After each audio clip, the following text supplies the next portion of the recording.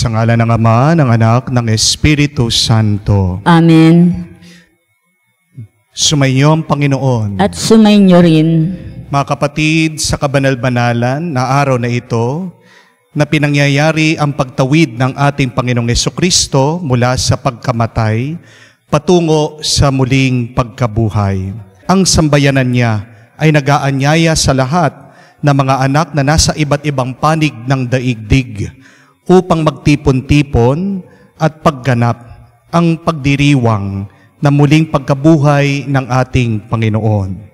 Sa pagganap natin sa alaala ng Pasko ng Panginoong nagtagumpay sa pakikinig ng mga salita at paghahain ng kanyang buhay, maasahan natin na tayo'y makakapakinabang sa kanya sa pananaig sa kamatayan at pamumuhay sa piling niya at sa amang may kapal. Gloria in excelsis Deo.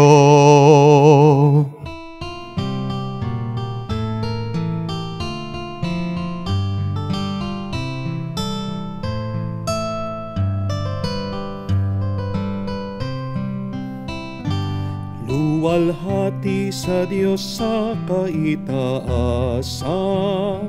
kaloob sa lupa ay kapayapaan. Pinupuri ka't ipinandarangal, sinasamba ka dahil sa dakila mong kalwalhatian. Panginoon naming Diyos, Hari ng langit, Amang makapangyarihan, Panginoong Jesucristo, buktong na anak ng Diyos, Kordero ng Ama. Ikaw na nag-aalis ng mga kasalanan ng sanlibutan. Tanggapin mo ang aming kahilingan, ikaw na naluluklok sa kanan ng Ama. Maawa ka sa amin, ikaw lamang ang banal, Panginoong Jesucristo, kasama ng Espiritu, sa luwalhati ng Ama. Amen, Amen, Amen, Amen.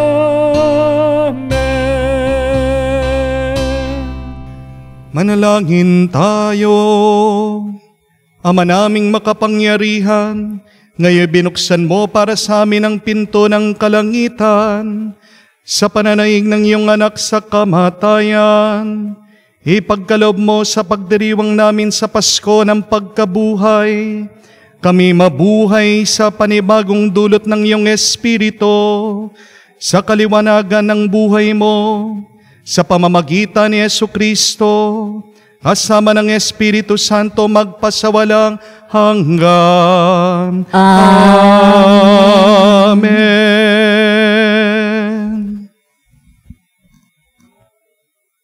Pagbasa mula sa mga gawa ng mga apostol. Noong mga araw na iyon, nagsalita si Pedro, "Alam ninyo ang nangyari sa buong Judea na nagsimula sa Galilea nang mangaral si Juan tungkol sa binyag. Ang sinasabi ko'y tungkol kay Jesus na taga Nazaret. Ipinagkaloob sa kanya ng Diyos ang Espiritu Santo at ang kapangyarihan bilang katunayan na siya nga ang hinirang. Sapagkat sumasa kanya ang Diyos, saan man siya pumaroon, ay gumagawa siya ng kabutihan at nagpapagaling sa lahat ng pinahihirapan ng dyablo. Saksi kami sa lahat ng ginawa niya sa lupain ng mga Hudyo at sa Jerusalem. Gayunman, siya'y ipinako nila sa krus. Ngunit muli siyang binuhay ng Diyos sa ikatlong araw. Napakita siya, hindi sa lahat ng tao, kundi sa amin lamang na noon pang unay pinili na ng Diyos bilang mga saksi. Kami ang nakasama niyang kumain at uminom pagkatapos na siya'y muling mabuhay. Inatasan niya kaming mangaral sa mga tao at magpatotoo na siya ang itinalaga ng Diyos na maging hukom ng mga buhay at mga patay. Siya ang tinutukoy ng mga propeta ng kanilang ipahayag na bawat mananalig sa Kanya ay tatanggap ng kapatawaran sa kanilang mga kasalanan sa pamamagitan ng Kanyang pangalan. Ang salita ng Diyos. Salamat sa Diyos. Araw ngayon ng may kapal, magalak tayo at magdiwang. Araw ngayon ng may kapal, magalak tayo at magdiwang. O pasalamatan ang Panginoong Diyos, pagkat siya ay mabuti, ang Kanyang pag-ibig ay napakatatag at mananatili. Ang taga-Israel, bayaang sabit kanilang hihayag, ang pag-ibig ng Diyos ay hindi kukupas. Araw ngayon ng may kapal, magalak tayo at magdiwang. Ang lakas ng poon ang siyang nagdulot ng ating tagumpay sa pakikibaka sa ating kaaway. Aking sinasabing, di ako papanaw, mabubuhay ako upang isalaysay ang gawa ng Diyos na Panginoon ko. Araw ngayon ng may kapal, magalak tayo at magdiwang. Ang batong natakwil ng nangangagtayo ng tirahang bahay, sa lahat ng batoy, higit na mahusay.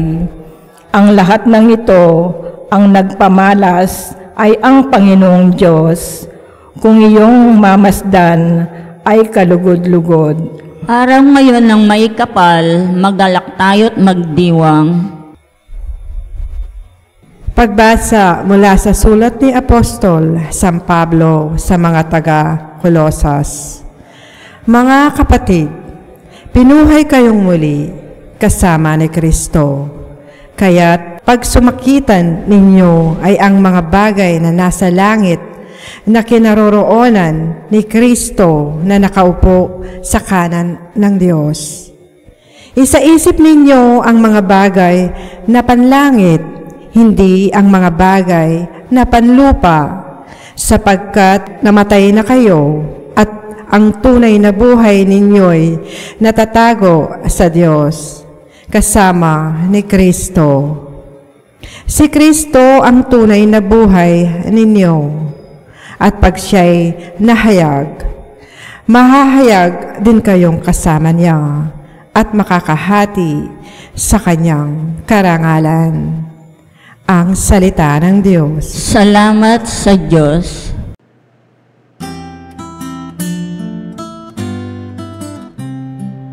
Alleluia, alleluia, alleluia, alleluia, alleluia, alleluia, alleluia, alleluia, alleluia. Si Kristo'y inihain ng pamaskong maamong tupa. Magsalo tayo sa Kanya. Alleluia, alleluia. Sumainyo ang Panginoon. At sumainyo rin. Ang mabuting balita ng Panginoon ayon kay San Juan. Papuri sa iyo, Panginoon. Madilim pa ng araw ng linggo, naparoon na si Maria Magdalena sa libingan. Naratnan niyang naalis na ang batong panakip sa pinto ng libingan.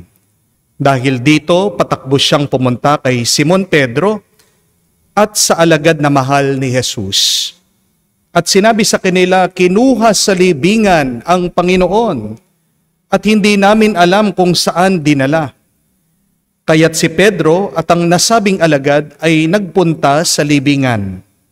Kapwa sila tumakbo, ngunit si Pedro ay naunahan sa kasamang alagad. Yumuko ito at sumilip sa loob. Nakita niyang nakalagay ang mga kayong lino, ngunit hindi siya pumasok. Kasunod niyang dumating si Simon Pedro at tuloy-tuloy itong pumasok sa libingan. Nakita niya ang mga kayong lino at ang panyong ibinalot sa ulo.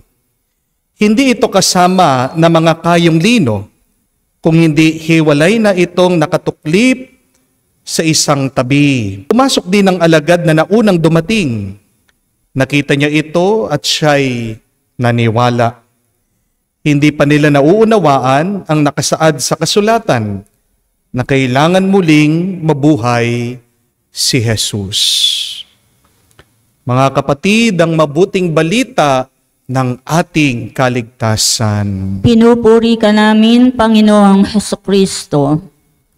Magandang araw po muli sa inyong lahat at Happy Easter po sa inyong lahat. Purihin natin at pasalamatan ang Diyos. Ano po ang ating sigaw? Ano ang ating pagbati sa araw na ito? Hallelujah! Hindi ko po alam kung alam niyong ibig sabihin ng Hallelujah. Ito po ay isang salitang Hebreo. Hallelujah, ibig po sabihin is praise God. Praise the Lord. Kaya nga po, kahit sa gitna ng inyong mga pagsubok, gitna ng inyong mga suliranin at problema, please praise the Lord. Why? Because believe that God is doing something to solve your problem. Tingnan niyo po ang ating pinapahayag sa gitna ng pagkamatay ng ating Panginoon. Siya'y nilibing. May ginawa ang ating Panginoon at muling nabuhay ang kanyang anak. Alam niyo po, walang halaga ang ating pananampalataya kung hindi muling nabuhay ang Panginoon. Kung nakayanan ng Diyos na magtagumpay sa kamatayan, kayang-kaya din niya. Anuman ang iyong pagsubok, anuman ang iyong pinagdadaanan na problema. Amen? Kaya nga po, sabihin niyo sa harap ng iyong mga problema, Hallelujah! Sabihin niyo po sa harap ng mga naniningil ng utang sa inyo, Hallelujah! Kung man po ang inyong asawa, ang sakit ng ulo niyo, sabihin niyo po, Hallelujah! Diyan po sa inyong sakit na nararamdaman, yung mga gamot na nagsasawa na kayong iniinom, anong sasabihin niyo? Hallelujah! Matigas man ang ulo ng inyong anak, sabihin niyo po, Hallelujah! Nangungulila ba kayo? Naho-homesick kayo? Sabihin niyo, Hallelujah! Ano man ang inyong lungkot, ito po ay magpapalakas sa atin sa araw na ito. Praising God despite of our pains, hardships, and problems. It is a statement of faith, it is a statement of hope, and it is a statement that gives us joy. Praise God. Hallelujah. Amen? My dear friends, ito pa po ang gusto kong tandaan nyo sa araw na ito. That a lot can happen in just a short span of time. A lot of things can happen in just a few days. Marami po ang pwedeng mangyari sa maiksi, sa madaling panahon. Opo, ang nakakalungkot na kwento, sa maiksing panahon, minsan tayo ay nakakaranas ng masama sa ating buhay. Amen? Kasama mo pa lang itong iyong kaibigan. Kasama mo pa lang ang iyong minamahal. Pero ilang saglit, ilang sandali, namatay siya. Kinuha siya agad ng Diyos. Hindi ka makapaniwala. Pero sadyang ganyan ang katotohanan ng buhay. Hindi po ba? That life is short. That our time here on this world is quick. Napakabilis po na magbago ng ating nararamdaman. In just one click, very quickly, your feelings can change about somebody. At ganyan din po, minsan, isang araw, napakalakas mo, napakasipag mo, pero isang araw lang o ilang araw ang makalipas,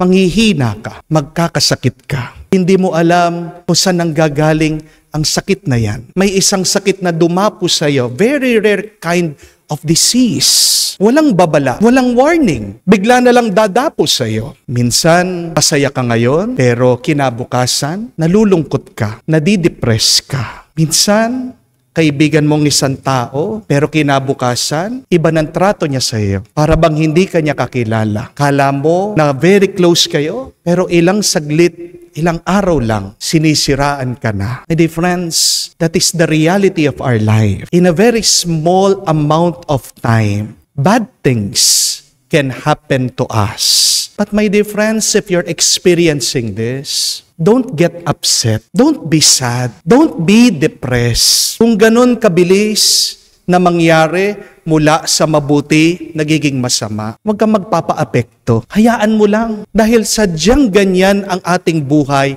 nagbabago. Di po ba? Dahil buhay tayo, talagang merong pagbabago. Merong mangyayari na hindi mo inaasahan. Dahil unawain niyo po at tandaan niyo that the opposite can also happen. If bad things can happen in an instant to us, good things can also happen in an instant. Kung gaano kabilis na pwedeng may dumating na hindi mo gusto, magtiwala ka. Mabilis din na merong darating na mabuti, bendisyon at pagpapala galing sa Diyos. That is the good news. That good things can happen also in an instant. That good things can also come into your life very quickly. Sa maiksing panahon, maaaring ang masama ay mawawala at papalitan ito ng mabuti, ng maganda ng Panginoon. Maniwala kayo. Yan ang ating pinapahayag sa araw na ito na muling pagkabuhay ng Panginoon. Tingnan niyo po, 3 araw na nagdusang ating Panginoon. Pinahirapan, pinatay, inilibing. Pero pagkatapos ng 3 araw, anong nangyari? Muling nabuhay ang ating Panginoon. Maiksing panahon lang yon. At nung muling nabuhay ang Diyos, ilang pong araw, nakasama siya ng kanyang mga alagad, ng mga ibang-ibang disipulo for 50 days. Kaya nga po meron tayong Pentecost. Dahil ganun katagal na malagi ang muling nabuhay na Panginoon kasama ng kanyang mga minamahal na alagad. So do not worry, my dear friends. In just a short time, God will transform your suffering into joy. God will change your mourning into dancing. God will wipe away your tears and bring smile to you. Naghihirap ka man ngayon, magtiwala ka. Pag tinamaan mo ang negosyo, ang business, napakalaking grasya na ipagkakalob ng Diyos sa iyo. Hindi mo man yan mayayakap, hindi mo man yan maisip-isip. Merong mga tao, pagkatagal-tagal, aghihintay ng true love. Hinahanap nila ang kanilang Prince Charming. Yun pala, makikilala nila sa Facebook lang. Foreigner, naghahanap din ng true love. Katapos ng ilang araw, magpapakasal. Nangyayari po ito na merong happily ever after sa ibang bansa. Meron din po mga iba na kahit na napakatagal na panahon, sila po ay umiinom ng gamot, sila'y nagpapadoktor, sila'y nagpapagaling, pero sa isang pray over lang po, sa isang pagdarasa, sa isang pagbabasbas, gumaganda ang kanilang karamdaman, gumaganda ang kanilang nararamdaman, guminhawa ang kanilang karanasan. Minsan, ang tagal-tagal mo nang iniisip kung anong gagawin mo sa iyong problema. Pero sa kakadasal mo, maaaring hindi pa dumating yung sagot. Pero at least, nawala na yung iyong pag-aalala dahil naniniwala ka, nagtitiwala sa Diyos. Peace can also be given to us in an instant. Maybe the answer to your problems may not be given to you in an instant. Pero ano po yung pinakamabilis na grasya pwedeng ipagkaloob ng Diyos sa inyo? Ang panatag na kalooban. Ang tahimik na kaisipan. Isang pusong nagagalak. Kaya nga po, yan ang ating panghawakan at paniwalaan sa araw na ito, sabihin niyo po sa harap ng iyong mga problema, sandali ka lang. Amen? Sandali, ibig sabihin, madali, easy. Sandali, ibig sabihin, hindi ka magtatagal. Dahil sa kapangyarihan ng Diyos, walang imposible. Amen? Sa kapangyarihan ng Diyos, walang mahirap. Amen? Sa kapangyarihan ng Diyos, walang mabigat. Sabihin niyo po, paniwalaan niyo, sandali na lang may darating na mabuti sa aking buhay. Sabihin niyo po, sandali na lang mararanasan ko ang pagpapala ng Diyos. Sabihin niyo po, sandali na lang at ako ay makakalaya na dito sa sakit ng aking ulo. In a short while, God will return. God will turn suffering into strength. In a short while, God will transform death into new life. In a short while, God will turn weeping into dancing. Kaya nga po ang tanong, bakit kayo nalulungkot? Bakit kayo nag-aalala? Bakit kayo nababalisa? Isang dahilan ng pagkagulo ng ating isip, isang dahilan bakit nararamdaman mong lungkot ay dahil mahina ang iyong paniniwala at pananampalataya sa muling nabuhay na Kristo. Amen? Ask for more strength. Ask for a strong faith in the resurrected Christ, and you will receive in a very short while, very quickly, you will receive instant graces and blessing from God. Kung sa madaling panahon, kayang buhayin ng Diyos Ama ang anak, ikaw pa kaya? Hindi rin ba kayang gawin ng Diyos yun sa iyong sitwasyon? Kaya niya. Because only God can allow quickly the impossible to happen in your life. This is why, my dear friends, I invite you, do not dwell in the hurt. Please stop crying. Please stop being depressed. But celebrate life. Show your joy through your smile. And be at peace.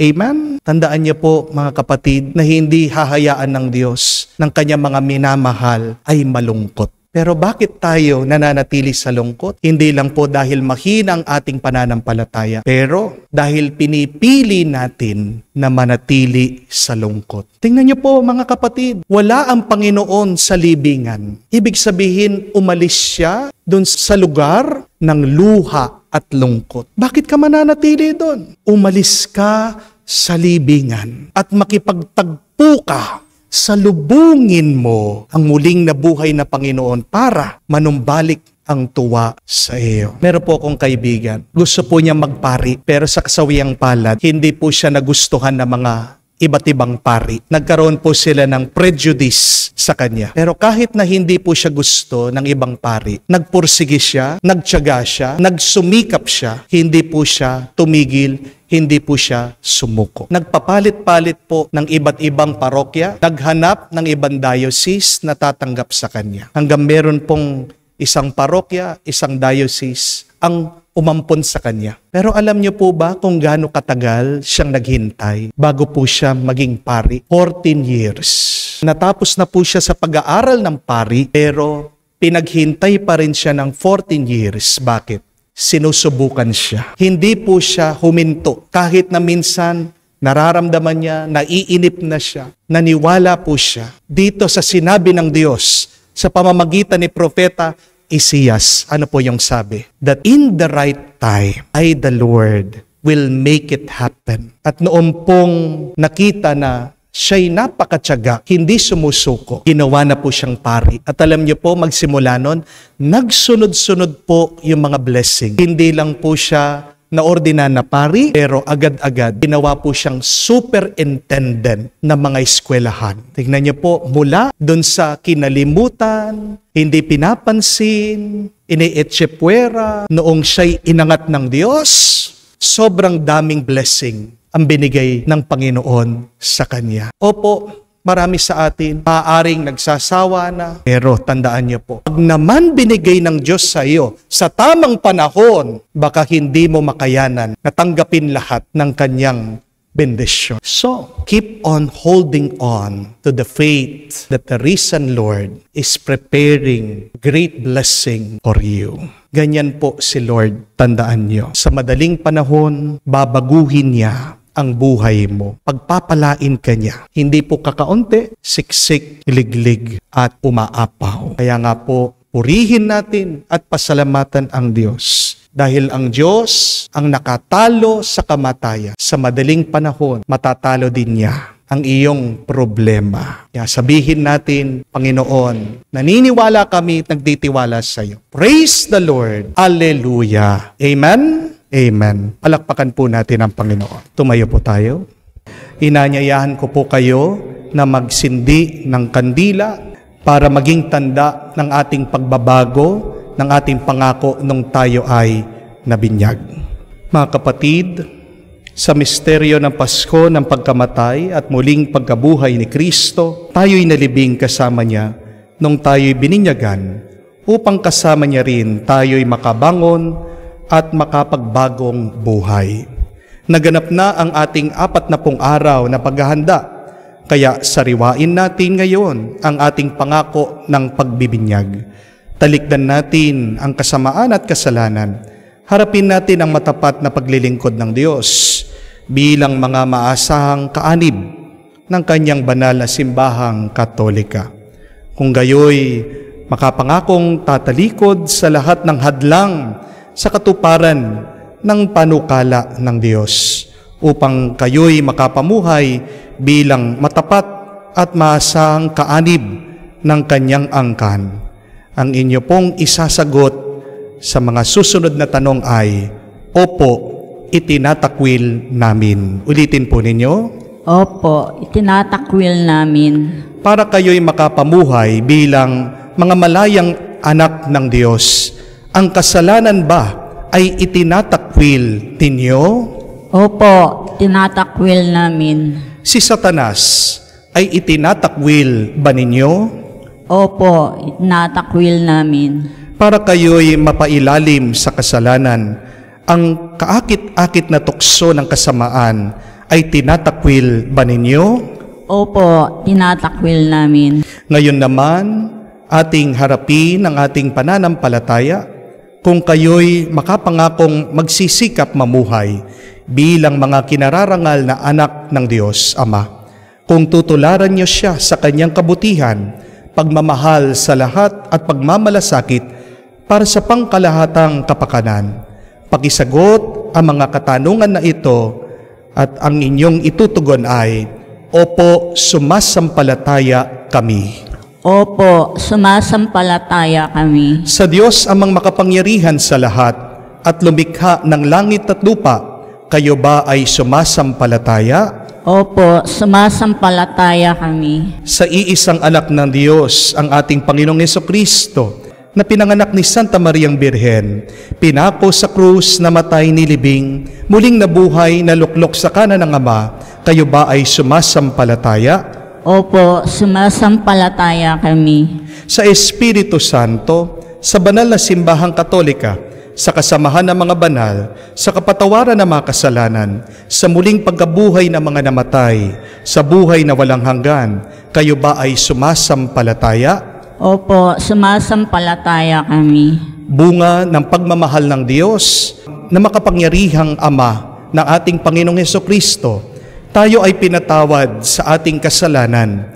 Noong tayo'y muling sinilang sa tubig at Espiritu Santo, tulungan nawa niya tayong mamalaging tapat sa ating Panginoong Jesucristo, ngayon at magpa sa walang hanggan. Amen.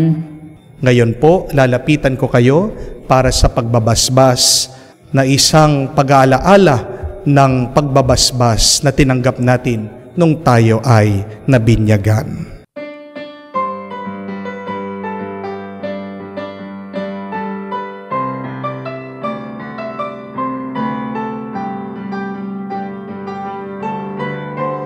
Alleluia, alleluia, alleluia, alleluia.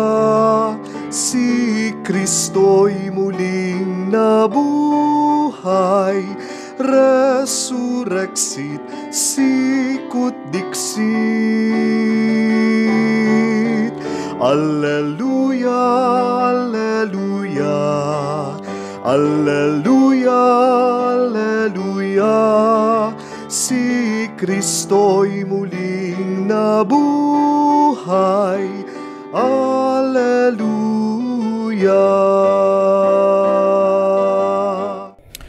Pinuspos tayo ng galak at pag-asa ng mensahe ng Pasko ng pagkabuhay, na darama natin ang tapat na hangarin magpanibagong buhay na may katapatan, kalinisan at pagtatalaga at pag-ibig. Hingin natin sa Panginoon na ang lahat ng ito ay magkaroon ng katuparan habang dinadalangin natin. Panginoon, dinggin mo kami. Panginoon, dinggin mo kami, upang ang sambayanan ng mga mananampalataya ay magbigay saksi sa muling pagkabuhay ni Kristo sa pamamagitan ng kanyang patuloy na pagbabagong loob. Manalangin tayo. Panginoon, dinggin mo kami. Upang ang Santo Papa, ating Obispo, at lahat ng ating mga pinunong espiritual ay magtamo ng kasiyahan at kapayapaan buhat sa muling pagkabuhay ni Kristo. Manalangin tayo. Panginoon, dinggin mo kami. Upang ang mga nasa madilim na libingan ng kasalanan ay makatagpo sa muling pagkabuhay ng lakas upang mamuhay ng tapat sa Ebanghelyo. Manalangin tayo. Panginoon, dinggin mo kami. Sa ilang katahimikan po, buksan din natin sa Diyos ang ating mga personal na intensyon.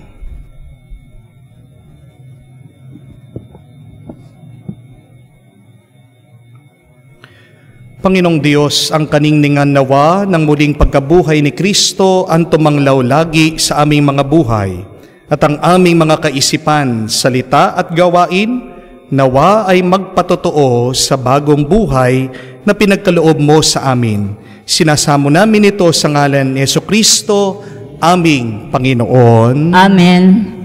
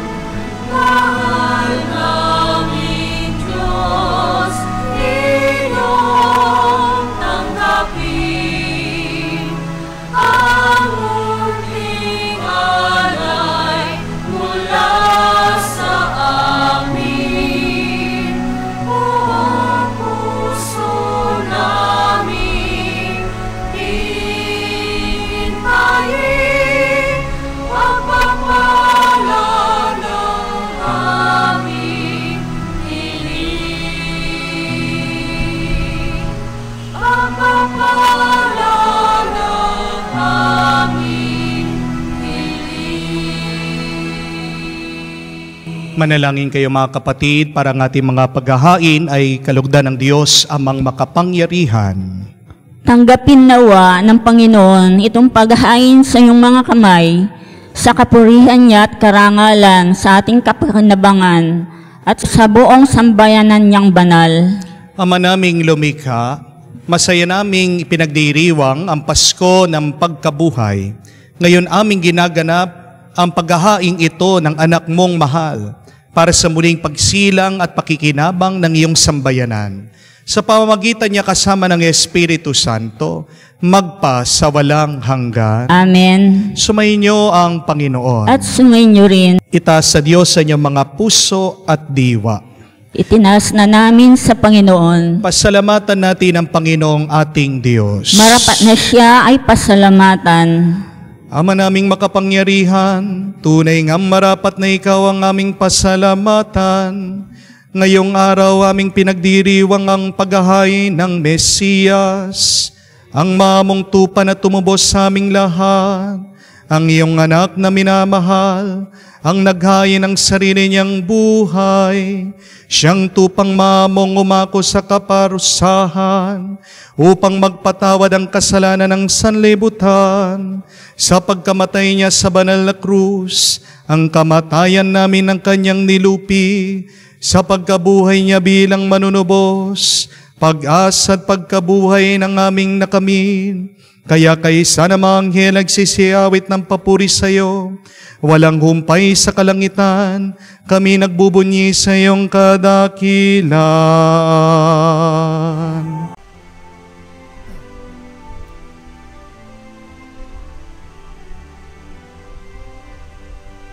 Santo, Santo, Santo, Panginoong Diyos ng mga hukbo, napupuno ang langit at lupa ng kadakilaan mo.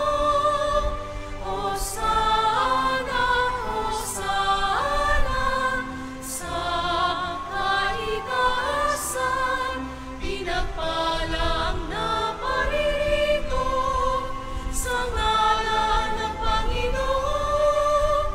Hosana, Hosana, sa kaitaasan.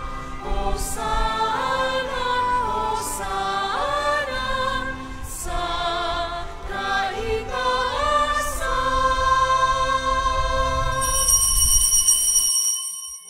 Ama naming banal, dapat kang purihin ng tanang kinapal, sapagkat sa pamamagitan ng iyong anak, naming Panginoong Jesucristo, at sa kapangyarihan ng Banal na Espiritu, ang lahat ay binigyan mo ng buhay at kabanalan.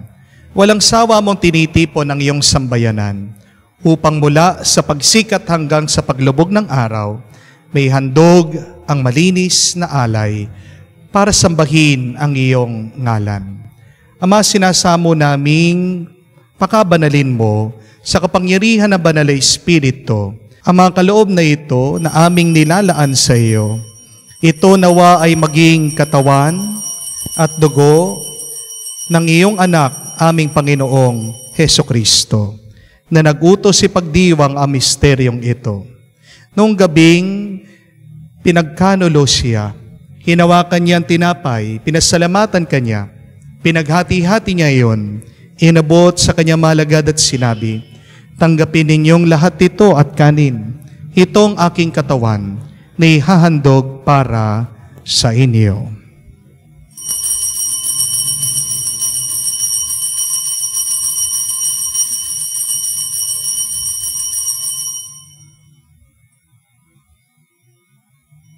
Gayon din naman nung matapos ang hapunan, hinawakan niyang kalis. Muli kanyang pinasalamatan. Inabot niya ang kalis sa kanyang malagad at sinabi, tanggapin ninyong lahat ito at inumin. Ito ang aking dugo, ng bago at walang hanggang tipan. Ng aking dugo na bubuhos para sa inyo at para sa lahat, sa ipagpapatawad ng mga kasalanan. Gawin ninyo ito sa pag-alaala sa akin.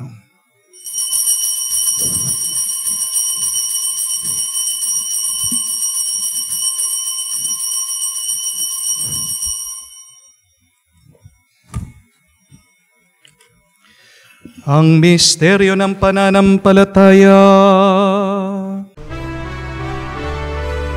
Aming ipinahayag na namatay ang iyong anak, nabuhay bilang Mesiyas at magbabalik sa wakas para mahayag sa lahat. Ama, ginugunita namin ang pagkamatay ng iyong anak na sa amin nagligtas, gayon din ang kanyang muling pagkabuhay, ang pag-akyat sa kalangitan, samantalang ang kanyang pagbabalik ay pinanabikan. Kaya bilang pasasalamat, ngayon aming iniaalay sa iyo ang buhay at banal na paghahaing ito. Tunghayan mo ang handog na ito ng iyong simbahan Masdan mo ang iyong anak na nag-alay ng kanyang buhay upang kami ay pagkasundo sa iyo. Loobin mo kami magsalo-salo sa kanyang katawan at dugo ay mapuspos ng Espiritu Santo na maging isang katawan at isang diwa kay Kristo. Kami nawa ay gawin niyang handog na habang panahon nakatalaga sa iyo. Tulungan nawa niya kami magkamit ng iyong pamana, kaisa ng Ina ng Diyos, ang mahal na Birhen Maria, kaisa ng mga apostol, mga martir, si San Jose, na esposo ni Maria, kaisa na lahat ng mga banal na aming inaasahang laging nakikiusap para sa aming kapakanan. Ama, ang handog na ito ng aming pakikipagkasundo sa iyo ay magbunga nawa ng kapayapaan at kaligtasan para sa buong daigdig. Patatagin mo sa pananampalataya at pag-ibig ang iyong simbahan na naglalakbay sa lupa. Kasama ng iyong lingkod na si Papa Francisco, si Florentino, aming arsobispo, ng tanang mga obispo buong kaparian, ng iyong piniling sambayanan. Dinggin mo ang aming mga kahilingan ng iyong angkan, na ngayoy tinipon mo sa iyong harapan, aming maawain. Kupkupin mo at pag-isahin ang lahat ng iyong mga anak sa bawat panig at sulok ng daigdig. Kaawaan mo at patuloyin sa iyong kaharian ang mga kapatid naming yumao at lahat ng mga lumisan sa mundong ito na nagtataglay ng pag-ibig sa iyo. Kami ay umaasang makarating sa iyong piling, sa sama-samang magtatamasa ng iyong kaningningan, walang maliw, sapagkat aming masisilayan ang iyong kagandahan. Sa pamamagitan ng aming Panginoong Jesucristo, na siyang pinagdaraanan ng bawat kaloob mo sa aming kabutihan. Sa pamamagitan ni Kristo, kasama niya at sa Kanya, ang lahat ng parangal at papuri ay sa iyo, Diyos Ama, makapangyarihan, kasama ng Espiritu Santo, magpasawalang hanggan. Amen, amen, amen. Sa nakakagaling na utos at turo ni Jesus na Panginoon natin at Diyos, ipahayag nating lakas loob.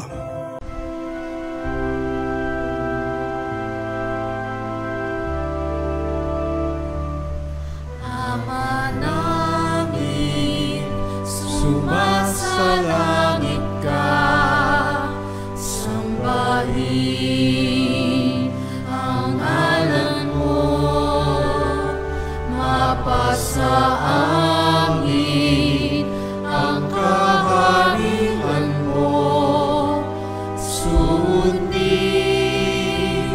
ang loob mo dito sa lupa. Para sa langit, bigyan mo kami ngayon ng aming kakanin sa araw-araw, at patawarin mo kami sa aming mga sala, para ng pagpapatawad namin sa nagkakasala sa amin. At huwag mo kaming ipahintulot sa tukso, at iadya mo kami sa lahat ng masama. Hinihiling namin kami yadya sa lahat ng masama, pagkalooban ng kapayapaan araw-araw, iligtas sa kasalanan, at ilayo sa lahat ng kapamakan, samantalang aming pinanabikan ang dakilang araw ng pagpapahayag ng tagapagligtas naming si Hesu Kristo. Sapagkat iyo ang kaharian at ang kapangyarihan at ang kapurihan magpakailanman. Amen. Panginoong Hesu Kristo, sinabi mo sa iyong mga apostol, kapayapaan ang iniiwan ko sa inyo, aking kapayapaan ang binibigay ko sa inyo. Tunghayan mo ang aming pananampalataya at huwag ang aming pagkakasala. Pagkalooban mo kami ng kapayapaan at pagkakaisa, ayon sa iyong kalooban, kasama ng Espiritu Santo, magpa sa walang hanggan. Amen. Kapayapaan ng Panginoon ay laging sumainyo. At sumainyo rin. Magbigayan po tayo ng kapayapaan sa bawat isa. Peace be with you po. Kapayapaan po sa inyong lahat.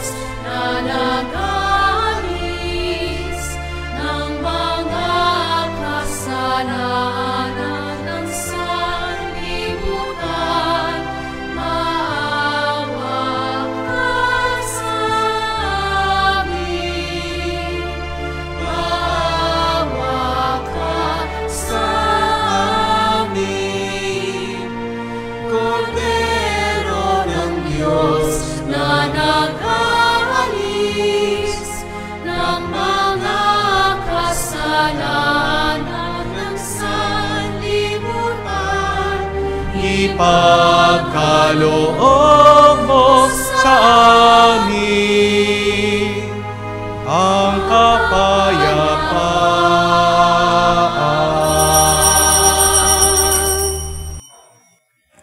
Mga kapatid, naririto ang ating Panginoong Jesucristo, ang Kordero ng Diyos, nag-aalis sa mga kasalanan ng sanlibutan. Mapalad tayong lumalapit sa piging ng Kordero. Panginoon, hindi ako karapat-dapat na magpatuloy sa iyo, ngunit sa isang salita mo lamang ay gagaling na ako.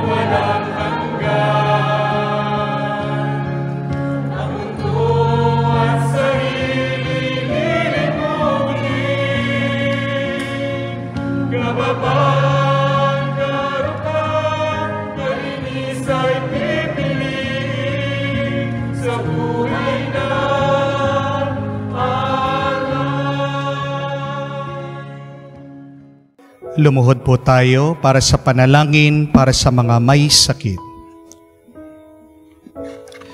Panginoong Jesus, lumalapit po kami sa iyo ngayon upang idulog ang kagalingan ng mga may sakit. Haplusin niyo po sila at pagkalooban ng panibagong lakas upang sila ay muling makapaglingkod sa iyo. Patawarin niyo po sana sila sa kanilang mga kasalanan at pagkalooban din ng kagalingan pangkaluluwa.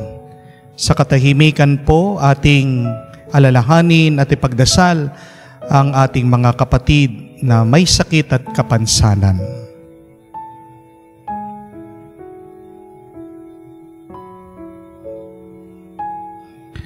Ang lahat ng ito ay hinihiling namin sa ngalan ni Kristo, aming Panginoon. Amen. Panalangin para sa mga OFW. Ama, pinapanalangin namin sa iyo ang natatanging kahilingan ng lahat ng mga nagtatrabaho sa ibang bansa. Tulungan mo sila bawat sandali ng kanilang buhay. Habang nasa ibang bansa, palakasin mo sila kapag pinaghihinaan sila ng kalooban. Pagalingin mo sila tuwing nagkakasakit. Aluin mo sila kapag nalulungkot sila. Ilayo mo sila sa namang masama at kapahamakan upang magpatuloy sila lagi sa kanilang buhay. Mapahalaga nawa ng kanilang mga pamilya ang bawat sakripisyo nila sa ibang bansa upang wag masayang ang kanilang pagpapagal.